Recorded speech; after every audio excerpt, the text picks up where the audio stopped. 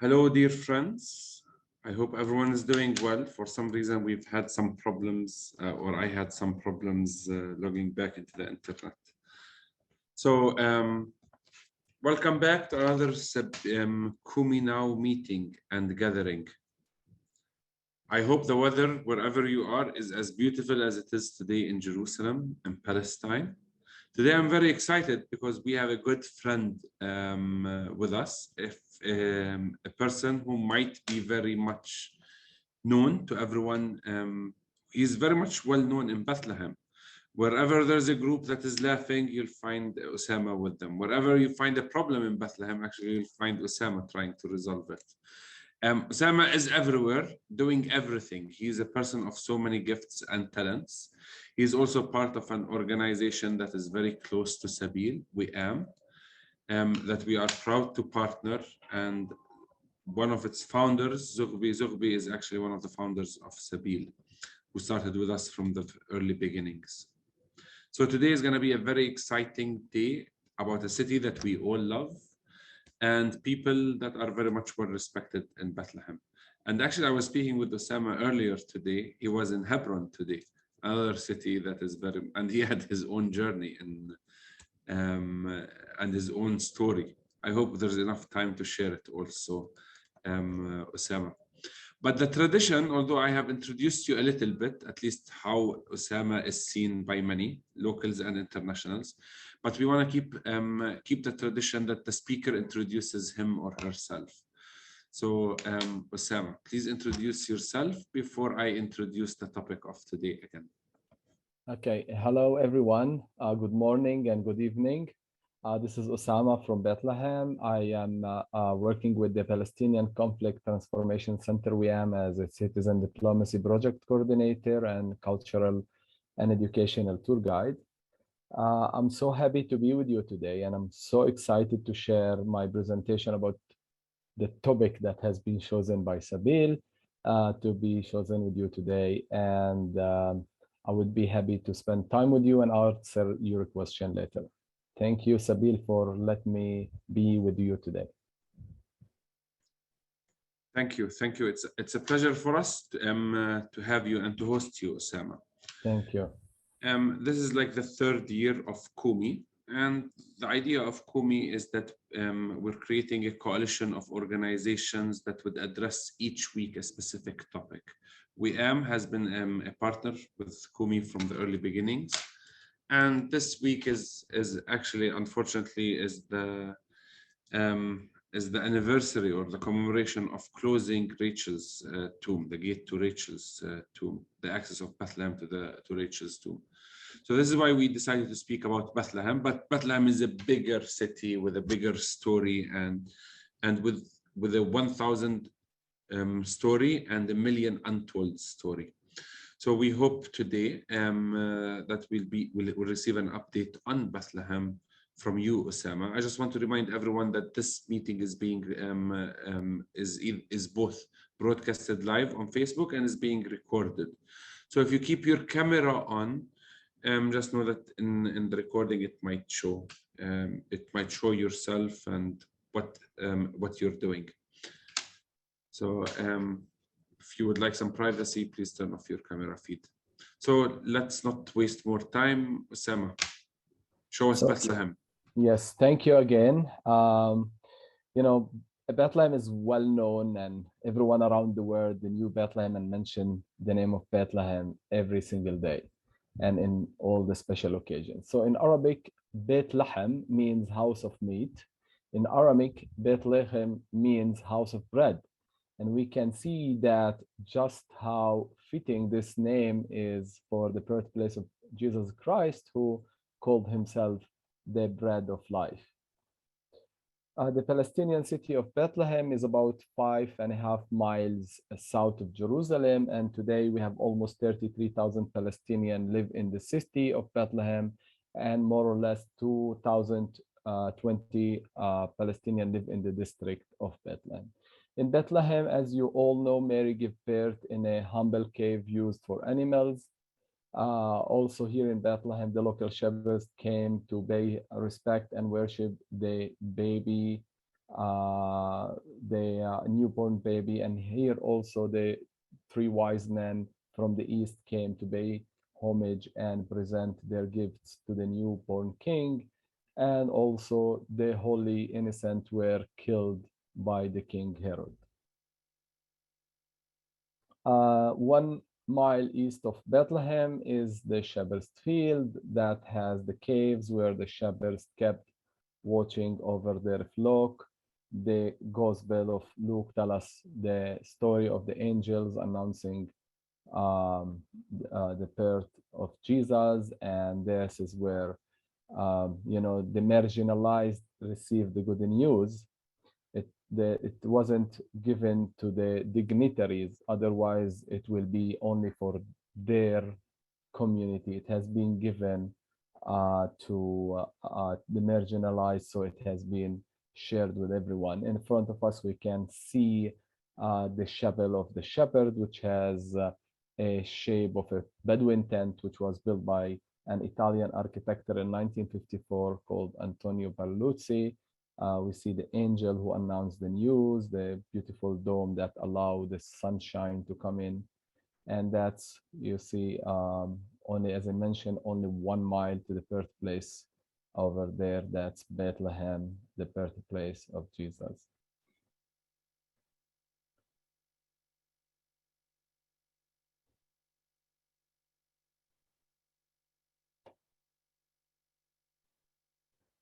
We'll go together into the chapel, which has beautiful painting and acoustic sound to represent the sound of the angels.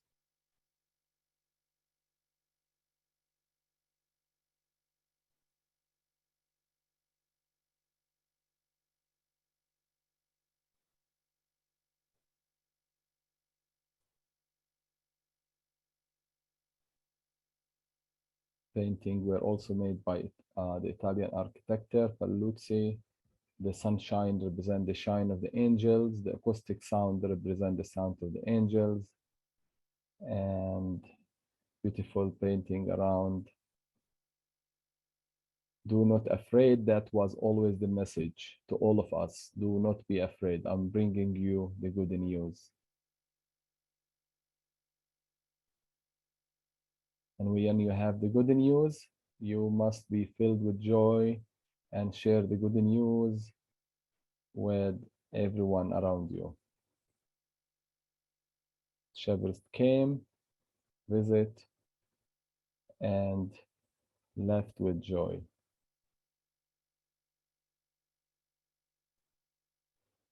Also, in the old city of Bethlehem, we have Star Street, the road of the patriarchs, or the pilgrimage route that has been listed as a World Heritage Site in 2012, aside with the Church of Nativity. Star Street is the historical entrance to Bethlehem. It's the route which Joseph and Mary took to approach the grotto of the Nativity. To commemorate this way, the same journey is repeated every year during the Christmas celebration. Patriarchs of various churches and denominations, led by scout troops and officials, follow the street towards the Church of Nativity to celebrate the birthplace of Jesus in Bethlehem. Also, it's known as Star Street because the star that appeared in the Christmas story in the Gospel tell us that this Magi follow the star all the way. In front of us, we see the gate of Bethlehem. That's, also we have a mosaic center in the entrance to Bethlehem, the old entrance. So that's Qos al-Zarrara, beautiful work. So Qos al-Zarrara in front of us, beautiful stairs also led to the old city. So that's Bethlehem Gate, also known as Damascus Gate, that leads to Bethlehem from the 6th century until almost the 12th century. The city of Bethlehem has been walled. And this used to be the main gate and the only gate that used to be open in the morning and closed in the evening. And what used to be outside is the farmland. This is the little town of Bethlehem, and this is the beautiful Star Street that leads to the birthplace of Jesus and has been the main commercial street until almost the 80s. But these days, no space for cars to park, so the business and the commercial shops became in a different area. So people from around the world come to Bethlehem to pray and remember what the birth of Jesus has meant for the whole world, which is the message of peace, love, friendship, and justice for all. So every single day we have thousands of pilgrimage come from all over the world to visit the birthplace of Jesus, the place where the first human rights teacher was born. And this is on, as you all know, the first church and the only church that was not destroyed through the history. Most of the churches in the Holy Land has been destroyed several times, whether by the Samaritan Revolution, the Persian invasion, 7th century. So this is the only church that were not destroyed, and this is the church where, as I mentioned earlier, the human rights teacher was born, and the first place to celebrate the Christmas. And the Church of Nativity has been under restoration since 2013, and the Smalto mosaics, the icons and the wall and the columns, the roof has been all renovated. In Bethlehem, that's the most and the beautiful church. Also, 4 miles away from Bethlehem to the southeast, a volcano-shaped mountain on which Herod the Great built the fortress palace around 25 BC, and he dedicated to himself, and it is a daily reminder for all of us in Bethlehem of the king's massacre against the innocent children of Bethlehem. So it's a cone-shaped mountain. That's the ruins of it. We can see Lower Herodion, the lower paths and the pools and the garden.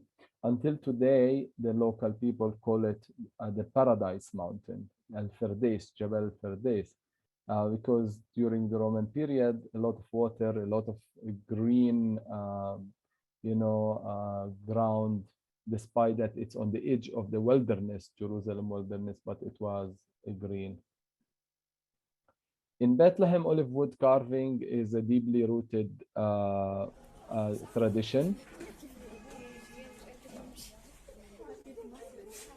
And it is most famous souvenirs. A lot of handicraft has been made from different before you start carving with the wood, you need to dry it. You need to dry it again.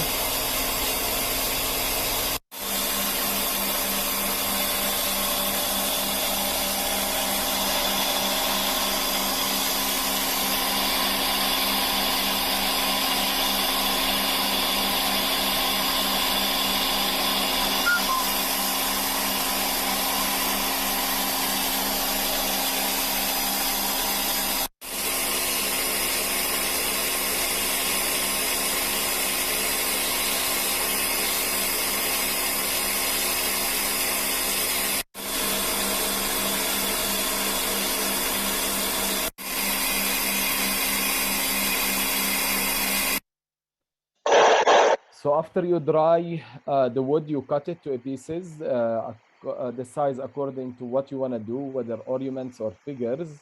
And as you see earlier, special tools will be used, like some of the dental tools. And then different things will be made from the olive tree. A lot of ornaments, figures, nativity sets, all of these things. and that will be sold locally, internationally, in Jerusalem, in Nazareth, all over the world, also shipped.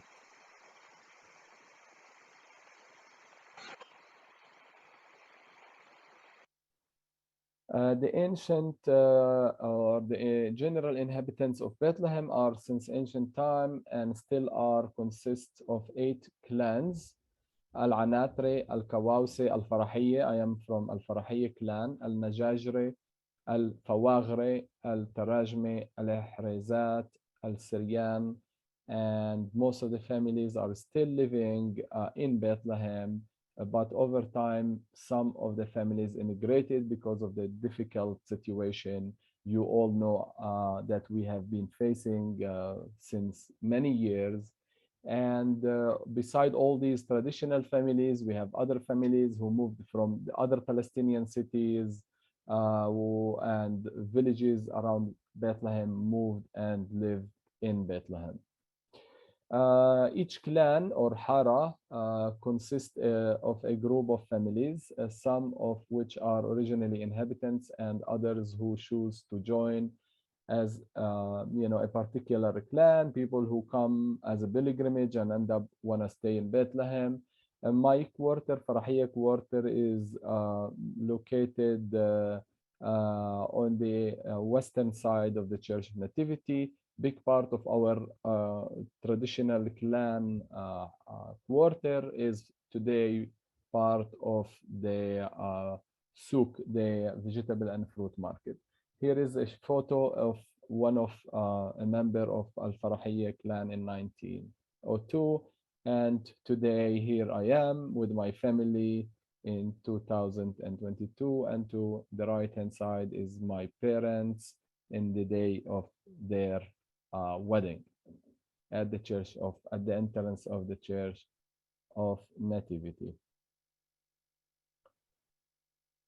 The Holy Land is a source of continuous suffering instead of blessing. That's the current situation. We are separated. Bethlehem is separated from its twins, Jerusalem. We are less than 5 miles away, but we are separated by an ugly wall. And I'm sure most of you who has been in Bethlehem have seen it. Bethlehem is surrounded by 50-mile length and 30 feet high concrete wall in the southwest of East Jerusalem, while in the east side, the wall is made of electronic fences bordered by paved military pathways and barbed wire fence, with the land isolated by the wall annexed for Israeli settlements. Also in Bethlehem, 18 illegal settlement are surrounding us, have been built across Bethlehem government with a population of around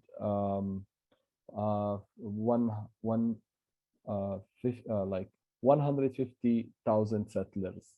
Also, in the same time, we are surrounded by checkpoints and roadblocks around the 28 obstacles of movement surrounded Bethlehem.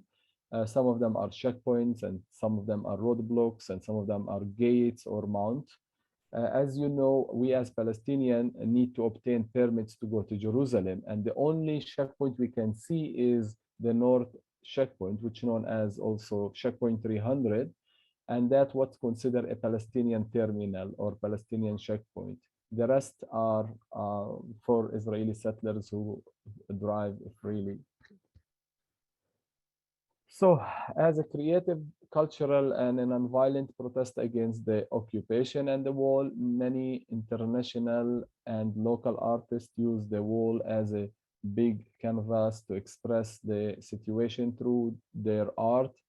And because of that, we call it the largest or the world's largest protest graffiti or the largest open air art gallery in Palestine.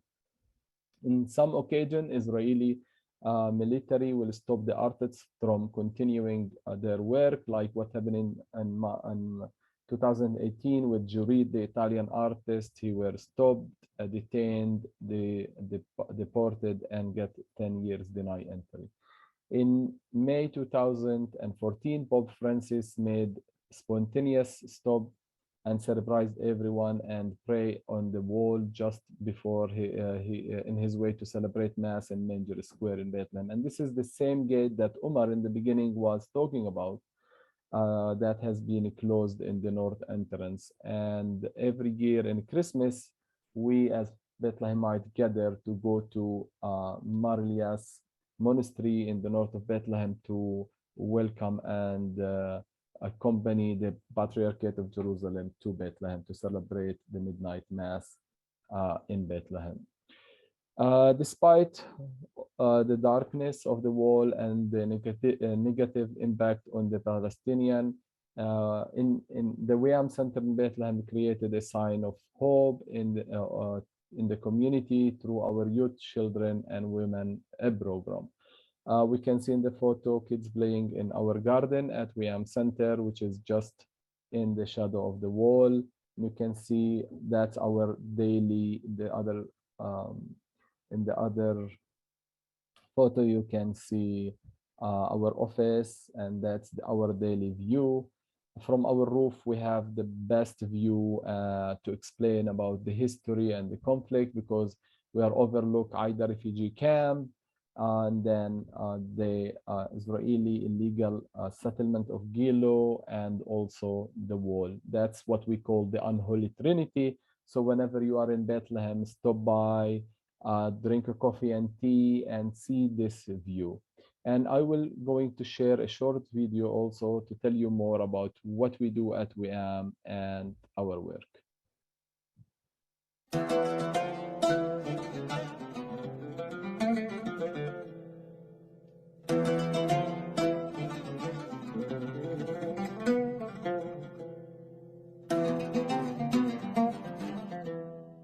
Conflict is an immutable part of society and also a necessary social process of change. Wi'am helps to resolve disputes within the Palestinian community by complementing the traditional Arab form of mediation called sulha with Western models of conflict resolution. Our main areas of service include women, youth, children, and international diplomacy. Wi'am pursues the principles of nonviolence, justice, and reconciliation through the following areas of our work. Through the work of sulha mediation, Wi'am seeks to bring constructive reconciliation to community disputes. The sulha process involves two or more conflicting parties seeking a neutral third-party mediator to resolve their dispute, and our staff takes on the role of the mediator. By doing so, Wi'am works to restore peace between conflicting parties, which allows those involved to move past the dispute and live their lives without seeking revenge. This ultimately benefits the entire community, reversing feelings of derision and replacing it with those of solidarity. The women's group works for gender equality, advocacy, and the abolition of all forms of oppression by empowering women to take a more active role in their community and in Palestinian society. Wi'am offers women in Bethlehem a space where they can form support networks and develop their leadership skills. As part of our women's program, we offer workshops and training in the fields of the democratic process, reproductive health, nonviolence, and conflict mediation. We also have a job creation program that aims to create opportunities to improve the quality of life among low-income women and enable them to sustain themselves and their households. Children are full of curiosity and passion for learning new things. At Wi'am, our young people are both intelligent and talented. They wish to apply themselves and channel their experiences into creative and educational pursuits. During our weekly children's group meetings, we provide children with educational classes on internet literacy, English, democracy, and national independence. We also offer programs in the creative and performing arts, such as drawing, painting, clay shaping, mosaics, music, dance, and drama. Wi'am takes every opportunity to expose young people to life outside of Bethlehem, with trips to museums, nature reserves, and nearby cities in the West Bank. The Wi'am Youth Program consists of a group of teens and young adults here in Bethlehem who participate in international youth exchanges, social activism, nonviolence training, and voluntary service. The weekly meetings provide opportunities for youth to discuss the problems they see facing the community and develop innovative solutions to those problems. Youth also learn about human rights, gender issues, and civil society empowerment. Wi'am youth participate in international cultural exchanges with other youth groups, visiting groups in the United States, England, Denmark, Korea, Italy, Scotland, and more. Wi'am also works to promote international diplomacy. As a part of our cultural and educational tourism program, we host discussions and guide trips that offer groups and individuals unique insight into the complex social, political, and religious aspects of the Holy Land. We visit popular tourist sites as well as meet with locals in order to appreciate the diversity in this land. Visitors not only learn about the history and religious aspects of these locations, but also learn more about contemporary events, the politics of the area, and how the occupation affects the land and the people. A short list of some of our other programs include nonviolent peer mediation education programs in West Bank schools, our seasonal summer camp and Christmas Smiles program for youth and children, advocacy and nonviolent actions in the community, education on gender roles and society, as well as interfaith activities. For more information on our mission and programs and how you can get involved, please visit our Facebook page at facebook.com/WeAmCenter or our website. And if you are in Bethlehem, please stop by anytime. We welcome groups, both local and international, to visit and discuss the conflict, our hopes for the future, and share in some tea, coffee, or a meal. For specific inquiries, please contact our email address or our telephone number. Thank you, and we hope to hear from you soon.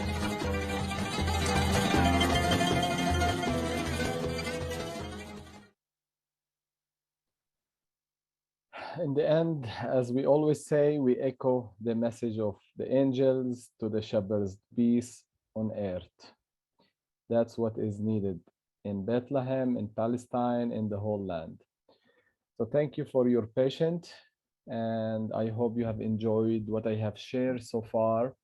And I would be happy to, answer your questions.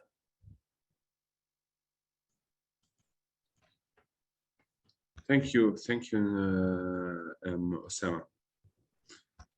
We have a number of questions that we've already received. Could you give us like a your general opinion about what is happening today in Bethlehem politically? How is the tensions? Is it safe for people to travel? Is there tensions similar to Jenin and Nablus? We every day have, let's say, I was looking to some news in the morning regarding tourism in Bethlehem. There has been yesterday 62 buses of tourists visiting Bethlehem. And there has been more than 3,000 who visit the Church Nativity and Shepherd Street than other places, and almost similar number who stayed overnight in Bethlehem hotels. So it's totally safe for tourists. We don't have any danger on tourists being in Bethlehem. So it's totally safe. And I believe the presence of the international of Bethlehem and other places will make it safer and will make tension less. So it's important to always have international presence in Bethlehem to come and see.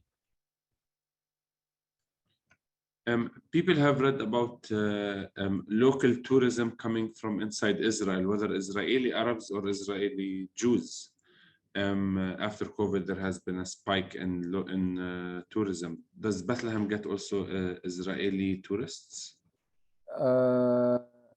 We had very small number of Israeli Jewish who came through Israeli companies that advertise mainly in Tel Aviv in weekends like Saturdays. I have seen one group once at the way to Milky Grotto, and but we had a lot of Palestinian who has an Israeli citizenship who are often in Bethlehem. Like every weekends we have groups. During summertime, most of the hotels were full of our brothers and sisters from the Palestinian cities inside Israel and the Palestinian community inside Israel. but it's very small number of an Israeli Jewish who came, mainly leftist from Tel Aviv, and through whether organizations or through tour companies that advertise. A number of people who know Bethlehem get confused. Inside Bethlehem, I mean, within Bethlehem, where is areas A, B, and C for the people who know Bethlehem? Could you help us in understanding them? You know, the main city of Bethlehem supposed to be area A. And then the areas that's closed to the, let's say, settlements or the wall, it's area C. Okay, so area A in Bethlehem is 5%, area B is 7%, and the rest is area C. So almost 87% of the greater Bethlehem is area C. And for example, almost 12% of the west side of Bethlehem is area C, and 76% of the east side of Bethlehem is area C. So in the middle, Bethlehem, Beit Jala, Beit Sahur, Ad-Doha, Al-Khadr as area A, and even part of like we am located in the north entrance of Bethlehem, and that's area C. Some meters away from us is area A. So all the areas that's close to settlements, the wall is area C. Some have seen some commercials about a new beer in Bethlehem, Nativity beer. I don't know about it. Not yet. I will look. I have heard about a new company in Beit Sahur that produce beer, so this could be the one, but I didn't visit them yet, or I don't know much about it. So it's good to have good quality of beer that's made in Bethlehem. Yeah, there's already, of course, the famous Taibe beer, but there's also Shepherd beer from Birzeit, and now there's also, I think, Nativity beer from Bethlehem. I haven't also tried it. I've just seen some, I think I've seen some commercials about it. Bethlehem, Beit Sahur, Beit Jala, I mean. And also, you know, we have the famous Kremezan winery that produced the best wine ever, you know. So. Could you please talk more about the interfaith work of Wi'am? You know, there is more than one pillar for our work at Wi'am. So pluralism, and you know, like we work with Christian community, we work with Muslim and Christian community, we work with Muslim community. So it's depend about where you are working and where you are doing your project. But we are open to work with everyone, and many times, in many occasions, we bring people together. We bring people, let's say Christian from different churches together, and we always are Christian and Muslim together. But sometimes we do it more to talk about topics, to pray together for a certain cause, for peace, and so we always has the interfaith presence among our activities. Can you talk a little bit more on Rachel's tomb? As you know, Rachel's tomb is a holy place and respected by all followers of the Jewish, Christian, and Muslim faith. Unfortunately for us, it has been off limit for us since 2002. It has been off limit earlier, but the wall was still not completely closed, but we could walk closer, we could see it, we could sometimes visit it. But since June 2002, when the Israelis started to build the wall, they have totally surrounded it and isolate it from Bethlehem. So it became a Jewish place only, and it has a Jewish synagogue, it has a Jewish yeshiva, religious school. And to access Rachel tomb today, you can't access it from Bethlehem side. You need to leave through Bethlehem main checkpoint, and then you know, like you need a transportation because you can't walk. You need you know, a friend to take you in by his own car, or to be with a tour group to go in. So it's as if it's cut from Bethlehem. So we can't reach it at all from Bethlehem. Um, so it's Bethlehem is known as a city important for Christians and relies heavily on pilgrimage and tourism. But what are the other industries of Bethlehem that are not connected to tourism and pilgrimage directly? Bethlehem mainly depends on tourism. So we have hotels, restaurants, souvenir shops. Unfortunately, we don't have any other main industry. We have small companies, small IT companies, small print shops, but it's not a big to afford. The other, let's say, beside tourism, is the Christian-related organization, schools, health centers, hospitals, organizations that run by the church that offer a lot of job opportunity. So Bethlehem is having the highest employment rate in the West Bank. Bethlehem is the highest city that has unemployment rate. And when you talk especially about the youth between 18 to 27, you can talk about 72% unemployment. In general, almost 30% of the population of Bethlehem today is unemployed. So unemployment is very high. Bethlehem has lost all its agricultural land. So we are squeezed and surrounded by walls, settlements, and checkpoints. So we don't have any other main industry beside tourism. Also, we have the work in Jerusalem for some, and the work with the Christian-related organization, and some people work in, the Palestinian government schools or the Palestinian ministries. Somebody asked about Zoughbi. How is he doing? Yes, as you know, Zoughbi is the founder of the center, and he's doing okay. He was just came back from the World Council of Churches in Germany, and yeah, he's doing okay and working hard to try to keep the organization going, because civil society organization has facing a lot of difficulties. And it's not easy to keep running. Yes, I know it's a very serious problem everywhere. Could you please give an update on how the demographics of Bethlehem are, Christians and Muslims? As I told you, Bethlehem city has 32,000 Palestinians.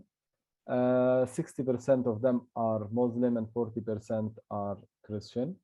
When you talk about the Bethlehem governorate, you talk about almost 230,000 Palestinian, 15% of them are Christian, and that's mainly in Bethlehem, Beit Jala, Beit Sahur. How is Batir doing today? I was there last. And could you please weekend. just a little bit explain for people who don't know what Batir is? Okay, Batir is a beautiful village to the southwest of Bethlehem, and it's almost on the green line, and it has a beautiful nature. And in 2014, the terraces in Batir has been also listed as a World Heritage Site. In 2006, the Israelis planned to build a wall on the land of Batir and damage part of this World Heritage Site. And there has been a good and hard work to stop building the wall in that section. And it has an amazing hike route, and it's very famous for its eggplant. Last Saturday, I have been hiking there, and it's beautiful. And always you have enjoy your time there. So it's doing okay. It's like all the Palestinian cities in Area C, because Batir has part of it is Area C and part of it is Area B that's still facing demolition orders and a lot of other restriction and difficulties. But I'm always happy to see that Batir is also very famous in Bethlehem area, and many tourists hike there and visit there. And it has restaurants and nice people who always welcome uh, people to come and visit and hike and enjoy the nature and take nice photos. Not only this, you told me, and actually I've double checked it, it's true, that Batir is also one of the very few places that has white cucumbers in it. It's Wadi Fukin that has the Very white. Which is Yes, very next, similar, very same. next to right, next, not far away. Yes, but it's famous with its eggplants. Eggplants is the best Yes. you can have. Yes, Wadi Fukin, not far of it, it has the white cucumber. It's very unique and it's the only village. That's true. You have good memory. Yes, it has actually also very unique eggplants that only the people from Bethlehem and Jerusalem know them. Now a little bit more people in Ramallah would know them, but it's a very unique species, or I mean a variation of eggplants. And they taste very sweet and very nice, and there's a special dish that people cook. So if you want to come during eggplant season. Yes, from June to October. And actually, if you take the seeds and plant it somewhere else, you will never get the same taste. You know, it will be not the same taste. It will be a little bit bitter when you plant it somewhere else. So the soil, the water, the atmosphere, the location, everything together make Batir eggplant very unique. Yes. I have to admit they're really amazing eggplants. They're a favorite at our house. So if you're planning to visit Palestine, make sure that you come during the season of white cucumbers and eggplants. Don't come only just to see the wall, or please come and see our eggplants and white cucumbers. We can guide you in a nice, beautiful short hike or long hike that ended in Batir with a beautiful dinner or lunch. In previous years, we had a lot of challenges because you're located to a place of that between a refugee camp and the wall and the Israeli military station. Do you still have problems with stone throwing, tear gas? You know, we have many difficulties, especially whenever there is a protest nearby. We are located between two refugee camps and a wall in front of us. So, you know, like the main entrance or the gate, that's always where the non-violent protest will march towards. And unfortunately, most of the time, the military will start shooting, whether tear gas canister or rubber bullets or stun grenade. And also, you know, some kids will start throwing stones at the military concrete watchtower. And we have been several times, the awning has been burned in the garden from the tear gas canisters. We have stuck several times inside, and I have lost conscience several times because of inhaling the tear gas. These days, it's less tension there. It happens from time to time, but don't last longer, but it's much less. Still happening more near Aida refugee camp and near the key, but in front of the center these days is much less. How's the water situation in Bethlehem? We know that it's really terrible in most of the year, but how is it lately? It has been as always. We always have water shortage. As you know, we receive 74 liter per person per day instead of receiving 120 liter per person per day. So, and all our underground water actually is not in our control. There is 14 main aquifers in Bethlehem area. The Palestinians have access to 10 small ones, which is not enough. So every year we buy 1 million cubic of water from the Israeli company that control our water. And so there is no single house, there is no single hotel in Bethlehem who don't buy lorries of water from the black market in summertime. So it has been a huge issue, and it's very complicated. For example, at our center in Wi'am, we couldn't keep our garden green, especially in the ground of the playground, because we don't have enough water. I know it's not only in Bethlehem, it's everywhere, but Bethlehem suffers more than any the rest of the cities and villages. Maybe also Hebron. That's true. Yeah, Hebron also, they buy maybe 10 times more water than what we buy every year. It's terrible, you know. It's people who don't have water, they don't understand this complex. You know, you cannot wash your hands, you cannot brush your teeth, you cannot flush the toilet, you cannot clean the house, you cannot water the plants. It's miserable. The moment that there's no water in the house, the only thing you care about or you think about is water. You're not able to do anything. You cannot shower. It's a big mess. Even the water that you buy from the black market, you don't know if it's clean. It's miserable. I know I live in a neighborhood that also suffers from water. It's the worst. Although it's like I live also close to a settlement that is like one of the richest settlements in the West Bank, that is owned by American Jews, mainly by American, and each house has a swimming pool. It's just frustrating, yani. It's miserable. So, so somebody, our friends from Sabil, Elu, I hope you're doing well, Reverend Elu. Batir has partnership with the city of Bruhl in Germany, led by a Christian group. How common is the partnership, city partnerships and councils between the twinning of Bethlehem with other cities around the world? There is good number of twinnings and partnership. I am not following all of these partnerships, but there is some projects for some developments and exchanges and students things, but I am really not the expert to talk about all these twinning. I don't know much about it, but there is good number of cities that are twinning with Bethlehem, and there is some projects, whether for development or infrastructure or scholarships and other things related to the city of Bethlehem. Someone from our friends is asking about the Anastas family, the family with the wall surrounding their house. Any news update? Has anything changed?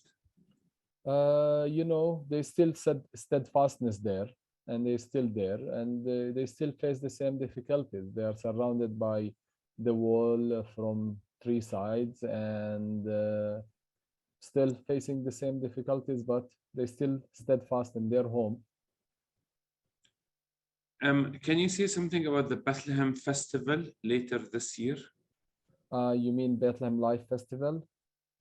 I think so. That's the question. Yeah, the idea of that festival is to bring life back to the old city, and mainly to Star Street. And there is different activities and music and workshops and other things that and it was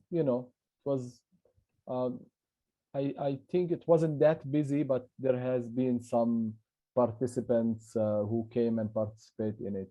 So in a way or another, it brings some life to the street for some days. Many cities in the West Bank are going, and villages actually, there's a feeling of lawlessness. How is security or Palestinian violence in Bethlehem?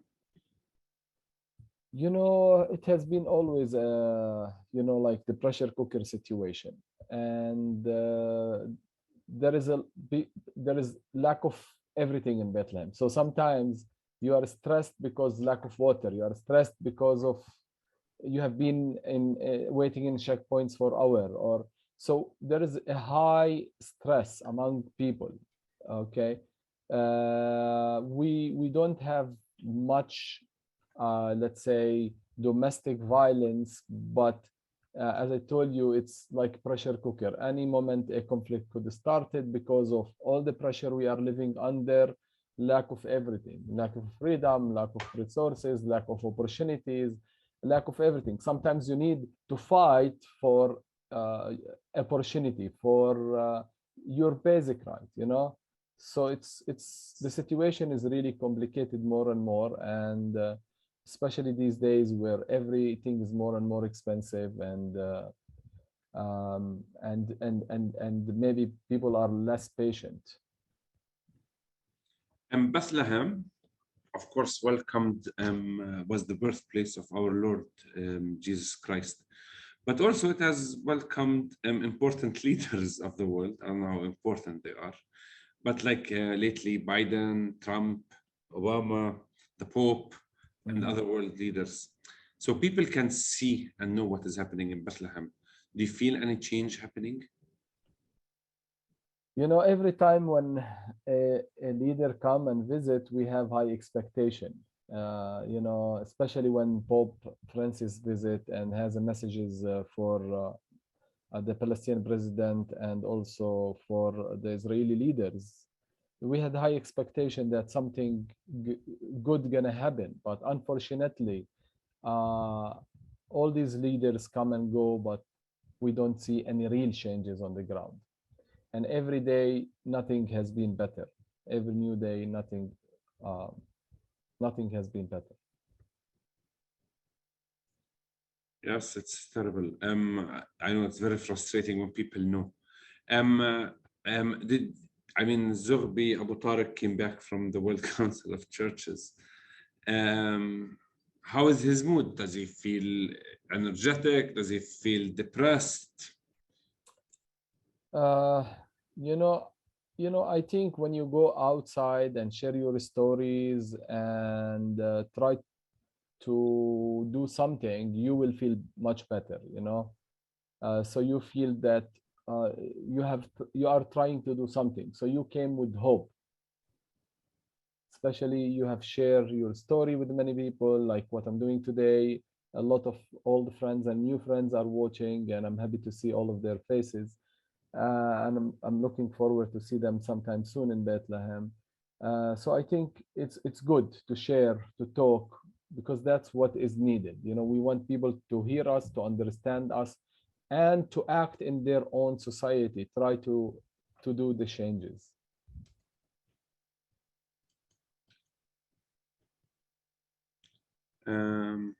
Bethlehem and other Palestinian cities had elections.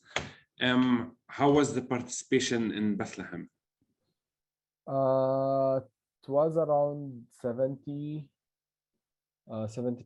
who went to vote, something like this. This is what I remember. Yeah, around 70% who participate from the people who is registered and can elect. So it went. The elections went well. Yes, it went well, and there has been some difficulties. You know, when they want to form the new city council, there has been some difficulties. There has been some tension, but in the end, they have agreed about a new city council, despite all the challenges and the difficulties, and it took some time before. But they have formed a new city council. As you know, there is a lot of challenges facing the city council regarding everything, you know, water, land, difficulties, also local difficulties. Some people are not paying the fees or tuitions, and so there is a lot of challenges that faces, and it's really hard these days. So there has been some, yeah, tension, but then they have formed the new city council.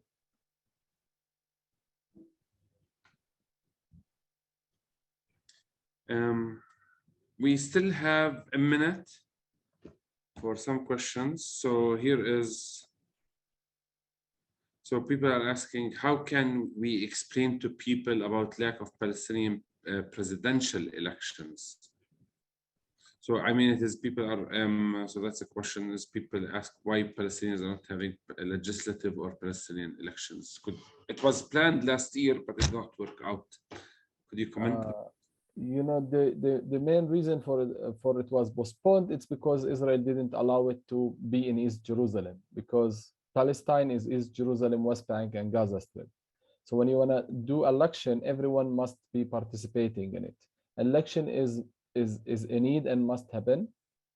And in the last election, it was postponed mainly because Israel didn't allow the legislative election and the president election to be in East Jerusalem according to the agreement. It's supposed to be in East Jerusalem, and it happened in East Jerusalem, and people in East Jerusalem has participated in the past in 1996 and 2005, and has a vote.